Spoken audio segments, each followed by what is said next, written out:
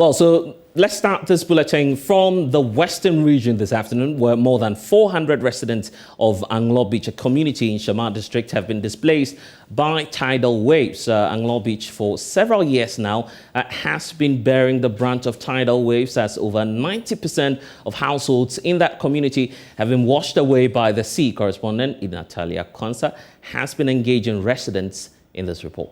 This is not the first time Anlo Beach has been hit by a destructive tidal wave. The situation has become an annual ritual whereby households and properties are often destroyed by tidal waves. The community, which lies in between the Pra River and the sea, now has about 90% of households swept into the sea, making the occupants homeless.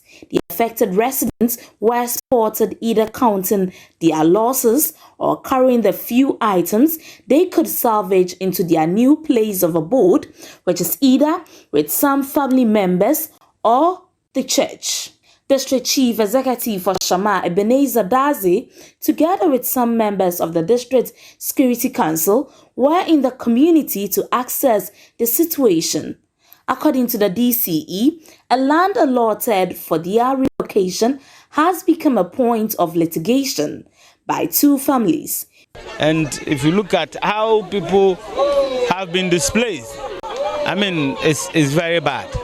And so we spoke to them and we gave them the assurance that something is going to be done.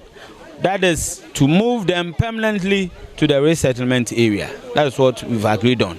They themselves have agreed that they are ready to move, and so we are also ready to help them. We know there are disputes about the land, and on Friday we are calling all those involved and then talk to them that we can't wait any longer. Life is very important, and so we can't sit down on concern for us to waste life and properties. So we move them. When you have any case, come to us for us to settle. Assembly member for Anlo Beach, Samuel Bolu, bemoaned the fact that over 90 households in the once beautiful community have been washed away. He, however, was happy with the intervention of the district assembly towards resettling the people. The tidal wave was so high, said that it washes away so many houses around the coast. And then today, as we see here, the NADMO boss himself came from Accra, brought some items, some relief items to the community, and then the DC and the MP has also assured the community that they will be moving to the new site. So, I mean, you could see that the community is so much happy. For the last 3 days, we have lost about 30 houses, but if you add up, you make it cumulatively, I would say it will be in hundreds. Here, as the Director General for the National Disaster Management Organization, Eric Nana Ajiman Prempe, who visited the community with some relief items. There was a tidal waves disaster that affected the people of Anlo Beach. This is not the first time. In 2017, I was here. It happened, and we keep on advising them to move to the safest place. But when we came today, we were told that there was some land litigation. Because of that, they couldn't move to the place. But we are grateful to the MP and the DC. They've been able to settle most of the land litigations. And you could see the 2017 when we came, the people were not willing to move to the new site. Today, they are all willing. I'm so happy. All of them are willing to move to the new site. And that is what we thank God for. So we are here, one, on behalf of the President and government, to empathize with them for what has happened to them, and also to present some relief items to the people also. So that is why we are here. It is a sad thing, but we thank God there was no death records or other human incidents. For Joy News, Natalia Konsa, Anlo Beach. Well, it's time now to get some updates for you. Let's find out if Natalia Konsa has more for us. She's joining us via Zoom. Natalia, have the authorities assured the communities of finding alternative shelters for them? Well, blessing. So for now, those who have lost their homes are residing with relatives and then the churches within the community. But just as indicated, now the two factions which were fighting over a land litigation have assured that they are going to give them the land for these community members to be relocated. So that is the solution for now. How about the residents themselves? What sense do you get from them as to how they are feeling now and whether or not they are putting in place some measures just by themselves as well to move into safety? What blessing, this has been an annual ritual, just like indicated by the assembly member since 2017. It's something that happens. So for now, the only solution is to reside with families or the few houses that has been left there, and then wait for what the district assembly will do, or the permanent solution. We are hoping that the relocation happens fast, they get a permanent place to live. And about NADMO as well, we know that they've been mobilizing their officials to get into the community. What assurances are you getting from them? And at least you've been to the area as well. Are you able to tell us if indeed relief items are being sent to the communities as we speak?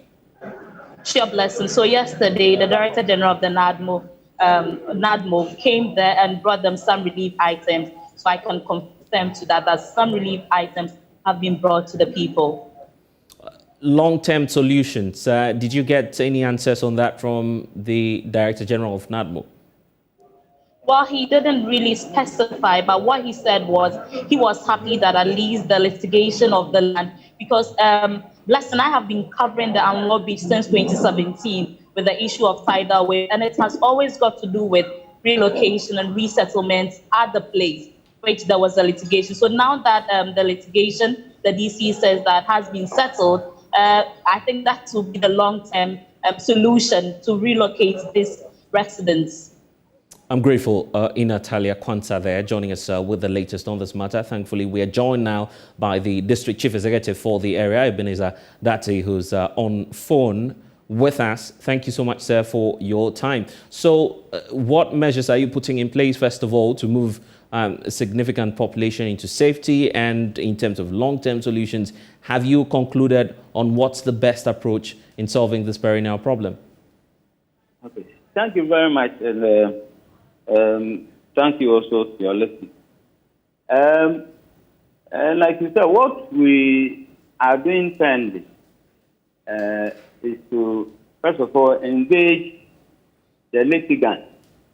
We've scheduled a meeting on Friday that we are telling them what the decision that the assembly has taken.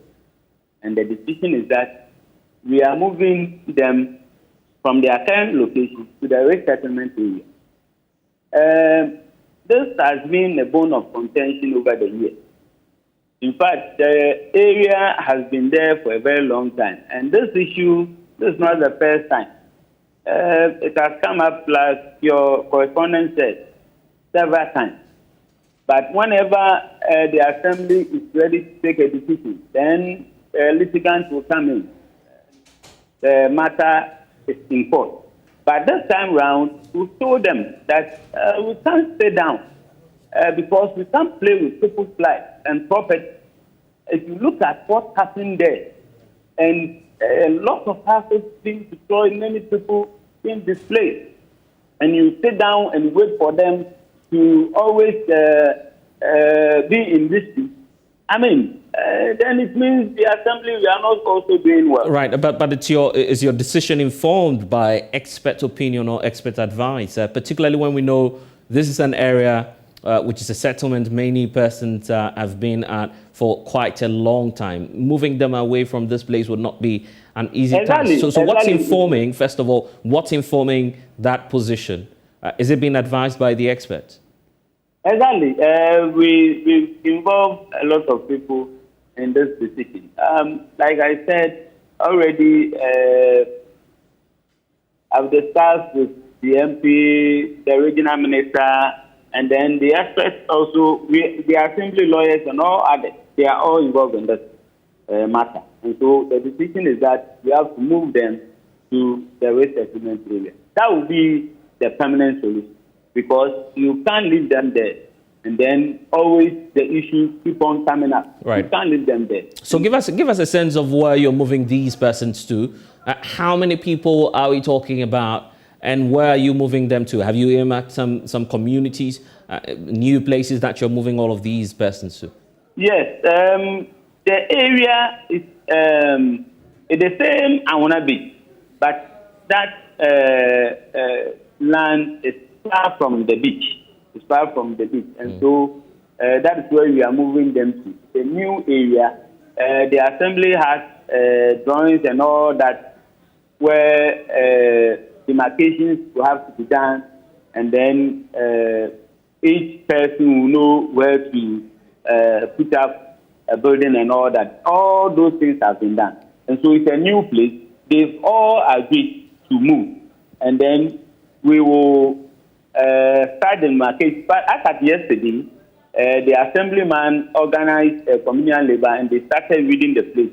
So when that is done, and we are also done with the meeting on Friday, by next week they will start putting up the structures for themselves. And then when that is done, we've also spoken to the companies around that also come to our aid. In our enclave here, we have VRA, we have people, we have a lot of companies. So yes, even before that, let's get this clear. So what you're telling us now is that the relocation exercise may not happen immediately. That would still have to be subject to... No, it's happening immediately. Right.